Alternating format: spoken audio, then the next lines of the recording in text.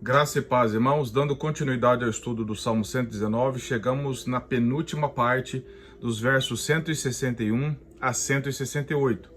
Diz assim o verso 161: Poderosos me perseguem sem motivo, mas o que o meu coração teme é a tua palavra. Ele está falando que tem pessoas poderosas que estão perseguindo ele. Realmente era uma perseguição real, ameaças reais. Ele já vem falando isso de zombaria, perseguição, várias formas. E ele diz assim, mas são sem motivos. Ou seja, eu não fiz maldade a eles. É simplesmente por eu temer a tua palavra.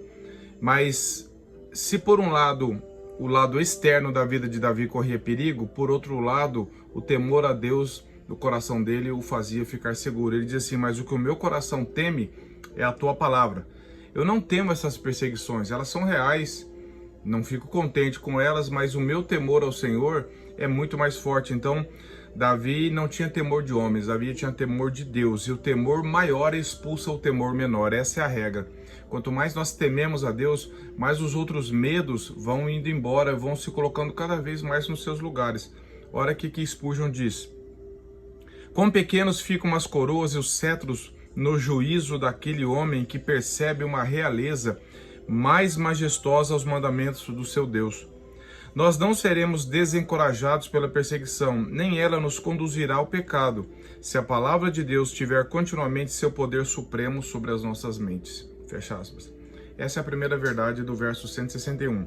No verso 162, Davi diz: alegro-me nas tuas promessas como quem acha grandes despojos. Demonstrando esse temor verdadeiro dito no verso anterior, Davi demonstra uma alegria nas promessas de Deus. Ele diz: eu alegro-me com as tuas promessas. Eu sei que estão me perseguindo, mas a tua promessa é que o Senhor estará sempre comigo. E isso me alegra. Pessoas que acham grandes despojos no final de uma conquista, de uma batalha, os vitoriosos iam lá e pegavam todas as coisas valiosas, eram os despojos. Davi fala assim: eu alegro com as tuas promessas como quem acha grandes despojos, porque nelas eu tenho segurança, nelas eu tenho a recompensa pelo temor do Senhor.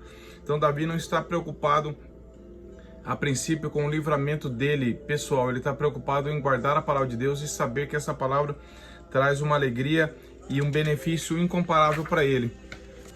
Verso 163, odeio e detesto a mentira, mas amo a tua lei. O que o salmista nos ensina aqui? Quem ama também odeia. O cristão deve odiar o que Deus odeia. Davi está falando que ele odeia a mentira, porque quem é o pai da mentira? É Satanás, João 8,44. A mentira também é um falso ensino, é a falsa doutrina. Não é só mentira de falar uma coisa de um fato que não aconteceu. A mentira também que Davi odeia é o falso ensino religioso, é a heresia, é aquilo que vem revestido de verdade, mas na verdade é uma mentira que nós temos muito escancarado hoje. Então o cristão deve odiar a falsidade, tudo aquilo que confronta a palavra de Deus, tudo aquilo que fere a palavra de Deus, tudo aquilo que é contra a palavra de Deus deve causar em nós uma indignação dessas coisas. Por quê? Porque nós amamos a Deus. Se você ama alguma coisa, você vai odiar alguma coisa que ataca aquilo que você ama. Você ama a sua família. Qualquer coisa que ataca a sua família, você passa a ter um ódio daquilo, você passa a ter um sentimento de proteção da sua família e ataque contra aquilo. É isso que Davi está ensinando. O ódio dele está no lugar correto. Não, ele não está falando de vingança pessoal, ele está falando assim, aquilo que é contra a tua palavra, eu não tenho prazer nenhum. Verso 164. 7 vezes por dia eu te louvo pela justiça dos teus juízos. O motivo que leva Davi a louvar não é somente, que dia bonito, estou de férias, posto uma foto, fala assim, obrigado Senhor por esse lugar. Nós podemos fazer isso, mas o que o Davi está falando assim, o motivo que Davi louva não é um prazer pessoal porque ele está num lugar bonito, porque ele está de férias, porque ele comprou isso, é pela justiça de Deus. Isso pode ser feito em qualquer dia, em qualquer lugar, sob qualquer circunstâncias. Por um bom dia, por o trabalho de coisas materiais, mas principalmente pela justiça de Deus. Então nós louvamos a Deus pelo que Ele é. Você já louvou a Deus pelo que Ele é ou só por você estar numa situação confortável naquele dia? Davi louva a Deus pelo que Ele é. Senhor, eu te louvo 7 vezes por dia pela tua justiça e pelos teus juízos, independente das circunstâncias. Esses 7 indicam uma frequência, não é que Davi contava, indica uma frequência, uma coisa que era contínua na vida dele, no coração dele. Verso 165, Davi diz, grande paz tem os que amam a tua lei, para eles não há nada que os faça tropeçar. por outro lado, o Isaías 48:22 diz que para os ímpios não há paz, mas aqui Davi diz, grande paz tem os que amam a tua lei. Observe, Davi não está dizendo que grande paz tenha os que apenas conhecem a tua lei, os que apenas acham a tua lei importante, mas os que amam o Senhor e por isso amam a tua palavra. O Salmo 119 fala sempre de um amor pelo Senhor, de um amor pela palavra. Paz com Deus, paz de Deus. Pode haver perseguição externa, mas vai haver paz para aqueles que amam a tua palavra. Pode haver tribulações, mas vai haver paz no coração daqueles que temem ao Senhor. É isso que Davi está dizendo. Em meio a lutas, em meio a dificuldades, sim, mas vai haver. E o verso 166 diz assim, espera o Senhor na tua salvação e cumpra os teus mandamentos. O que Davi está dizendo? Que soberania de Deus e responsabilidade humana não se excluem, elas se completam, elas sempre andam juntas. Olha só, a soberania de Deus nos faz responsáveis.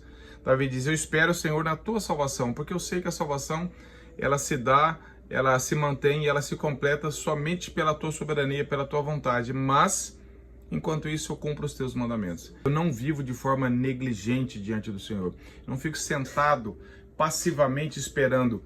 Eu sei o que eu devo fazer, por isso eu peço graça para o Senhor em cumprir os teus mandamentos para desenvolver a minha salvação, como Paulo fala em Filipenses 2, de 2 a 13. Olha o que Spurgeon diz sobre isso. Em tempos de aflição, há duas coisas a serem feitas. A primeira é ter esperança em Deus e a segunda é fazer o que é certo. A primeira, sem a segunda, seria mera presunção. A segunda, sem a primeira, mera formalidade. É bom se, ao olhar para trás, pudermos declarar que agimos da maneira que o Senhor ordena. Se tivermos agido corretamente com relação a Deus, podemos ter certeza de que Ele irá agir com bondade para conosco. Fecha aspas. Esse é o ensinamento. Senhor, me ensine a fazer o que eu tenho que fazer de acordo com a Tua palavra. Me capacita. Enquanto isso, eu espero pelo Senhor. E o verso 167, Davi continua. A minha alma tem observado os Teus testemunhos. Eu os amo profundamente. Davi volta ao assunto do amor à palavra de Deus. Uma das características verdadeiras de um cristão é a piedade, é o amor. Não é apenas o cumprimento legalista, não é apenas o observar a distância, mas esse amor de Deus. O homem piedoso acumula a verdade de Deus dentro do seu coração, não apenas dentro da sua cabeça, não apenas informações, mas a palavra ganhou afetos, sentimentos e emoções. Não é um conhecimento teórico, é um amor real pelo Senhor. É isso que Davi está declarando aqui. E no verso 168 ele diz, tenho observado os teus preceitos e os teus testemunhos, pois na tua presença estão todos os meus caminhos. Novamente Davi fala o que ele tem observado. Ele vê as situações ao redor dele, os problemas, as perseguições, mas o que ele mantém os olhos fixos, o coração dele preso, não são nas circunstâncias, são nos preceitos e nos mandamentos de Deus. Por isso ele diz, porque na tua presença estão todos os meus caminhos. A minha vida não depende das pessoas, elas não podem fazer nada se o Senhor não permitir. Eu vivo na tua presença, por isso eu invisto tempo, considero medido na tua palavra, porque eu quero viver de acordo com a tua palavra, porque eu vivo na tua presença. Esses são alguns ensinamentos, algumas observações que nós podemos tirar para as nossas vidas.